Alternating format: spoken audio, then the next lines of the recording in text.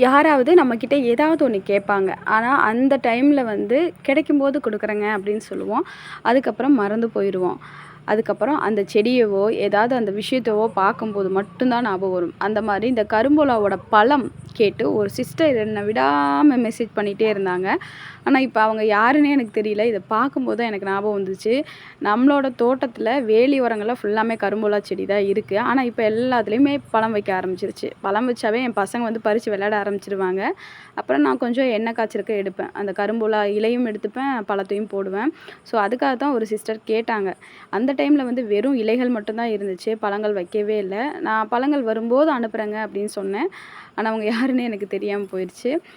கரும்புலா பழம் வந்து நம்ம ஹேர் ஆயிலுக்கு வந்து யூஸ் பண்ணுறது ரொம்ப நல்லது. இயற்கையாவே நம்ம முடிய வந்து கருமையாக்கக்கூடிய தன்மை வந்து இதுக்கு அதிகமா இருக்கு. உங்களுக்கும் கிடைச்சிச்சுன்னா யூஸ் பண்ணுங்க. இது அதிகமா வேலியோரங்கள்ல, கிராமப்புறங்கள்ல எல்லாம் நம்ம அதிகமா பார்க்கலாம்.